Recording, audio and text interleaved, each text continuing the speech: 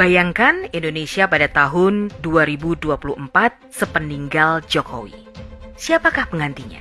Apakah penerusnya bakal terus memajukan atau justru sebaliknya, menghancurkan lagi negeri ini? Rakyat teriakan Jokowi 3 periode, tapi mungkinkah? Horor Indonesia tanpa Jokowi oleh Iyas Subiakto. 22 tahun pasca runtuhnya Orde Baru, kita tidak merasakan perubahan yang signifikan. Sepanjang 6,5 tahun pertama, di era Presiden Habibie, Gus Dur, dan Megawati, kita hanya diberi pemanis kembang gula. Manis di permukaan, pahit pada dasarnya. Masa transisi itu sulit dilalui, karena sejatinya hanya segelintir orang yang benar-benar mau berubah dari kemapanan hidup dengan cara siluman. Setiap bangun pagi, nafas kita hanya diisi oleh barang-barang bersubsidi. Itu yang disebut oleh arwah Soeharto dengan jargon enak zamanku toh. Beberapa kali kita katakan, munculnya SBY adalah sebuah kecelakaan fatal buat Indonesia.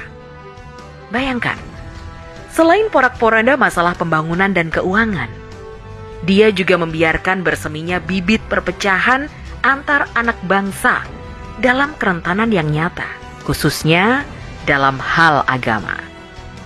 Pembiarannya terhadap HTI, FPI yang ber-DNA teroris adalah bukti dia tak peduli Indonesia mau jadi apa. Yang penting dia happy sambil nyanyi. Atau itulah kapasitasnya, sehingga outputnya nyaris menghanguskan Indonesia. Sampai pada titik masuk ke zona membahayakan. SBY hanya prihatin. Untung saja Tuhan berkehendak lain. Jokowi dihadirkan, HTI dan FPI dibubarkan, Indonesia terselamatkan. Hadirnya Jokowi bak mimpi di ujung tidur yang panjang. Tapi begitu tersentak kita terbangun di depan kenyataan bahwa hasil kerjanya jelas ada di depan mata.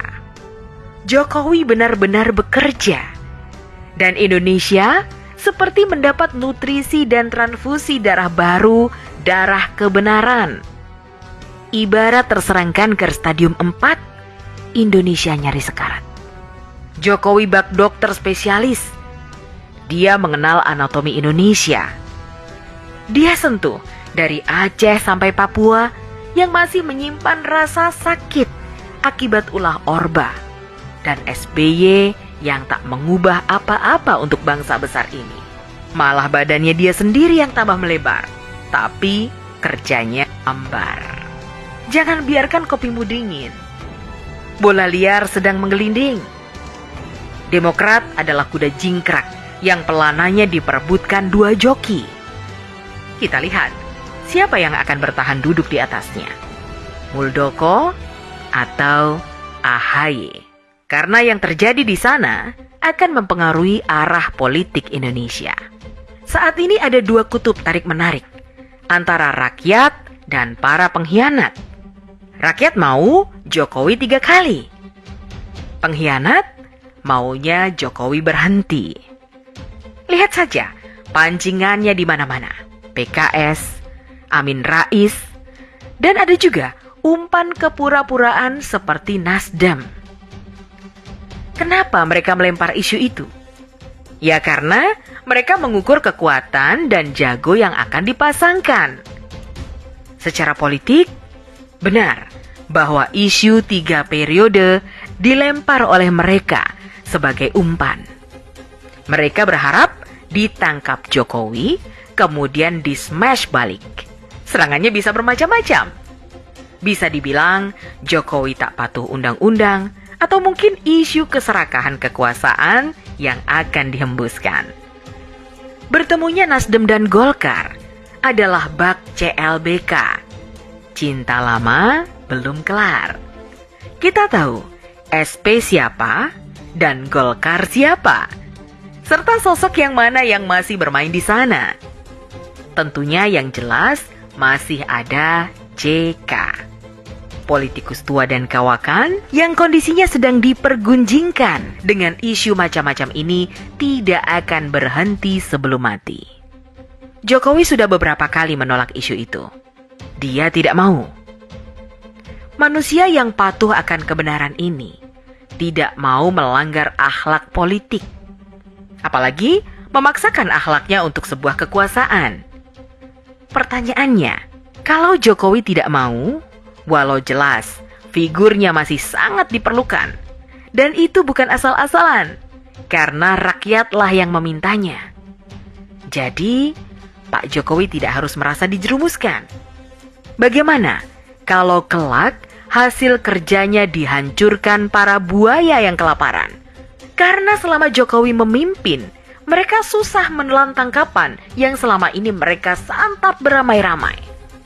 Mereka menyantap APBN, APBD, sumber daya alam, BBM, ikan laut, dan seterusnya.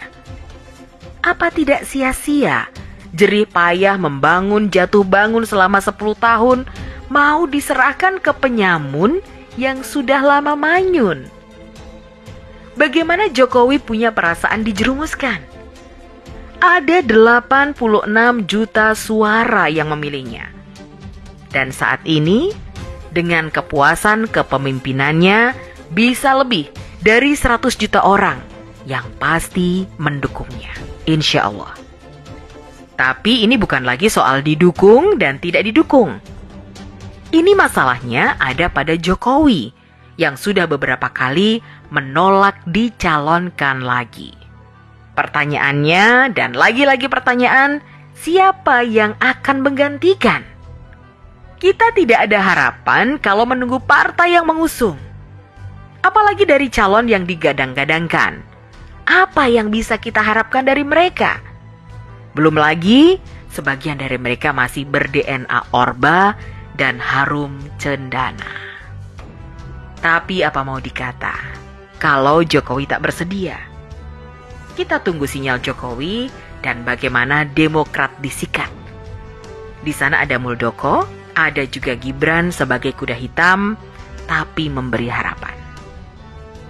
Indonesia di ujung masa transisi.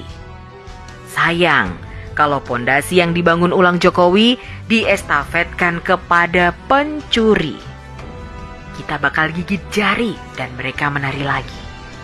Duh Gusti, ngeri kami menatap masa depan negeri ini sepeninggal Jokowi. Tapi kami yakin Tuhan akan membuka hatinya agar tak pergi begitu saja sebelum menyiapkan penggantinya. Semoga kesatriaannya terus ada untuk Indonesia. Dia disegani dunia, dicintai rakyatnya, dan ditakuti lawan-lawannya.